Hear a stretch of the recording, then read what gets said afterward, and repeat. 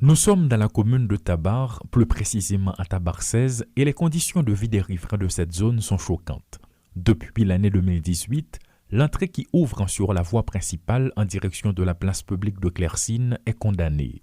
Des détritus s'entassent chaque jour davantage et c'est un calvaire pour les entreprises qui s'y trouvent, explique un entrepreneur. Ouais, ça là, c'est l'empête nous. Jusqu'à présent, c'est perdu, n'a perdu comme, n'a travaillé là, nous pas travaillé, nous combien de jours là, nous pas travaillé, c'est perte totale, machine nous a crasé. Cette situation semble échapper au contrôle des autorités municipales malgré le nombre important d'entreprises implantées là-bas.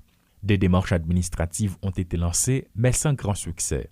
Certains entrepreneurs refusent de fermer les yeux face à ce tableau indignant et bien d'autres pensent à revoir leurs priorités. Nous pas la mairie, c'est pour parler, nous pas la mairie, nous pas la toute autorité qui est dans la zone, nous pas la avec eux, juste pour voir qui est que nous-mêmes travaillons, pendant ce temps nous-mêmes nous payons impôts, chaque année nous payons des millions pour impôts et puis nous-mêmes c'est là qu'on ça, c'est ça maintenant. Un mouvement de protestation est lancé depuis lundi dans la zone. D'un côté, une montagne de détritus sert déjà de barricade et un camion barre l'autre voie.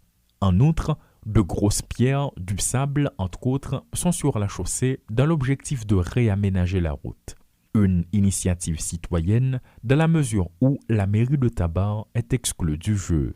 Tout mouvement qu'a fait là, il a commencé à partir depuis lundi. Ça fait 3 jours depuis l'entreprise est fermée, que rien pas qu'a fait dans la zone, pas aucune activité qu'a fait dans la zone. Non. Ça a commencé depuis lundi, mais route là, nous avons près de 1 an, 2 ans à vivre comme ça. Des enfants de 2 à 6 ans, des femmes enceintes et des personnes âgées vivent cette réalité qui fait peine à voir. Des riverains, sous couvert de l'anonymat, se demandent s'il y a un magistrat dans cette commune.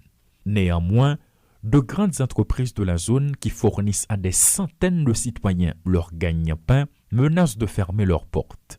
Des entrepreneurs qui ont à maintes reprises tiré la sonnette d'alarme pour exiger une intervention des plus hautes autorités étatiques affirment que cette situation représente un manque à gagner.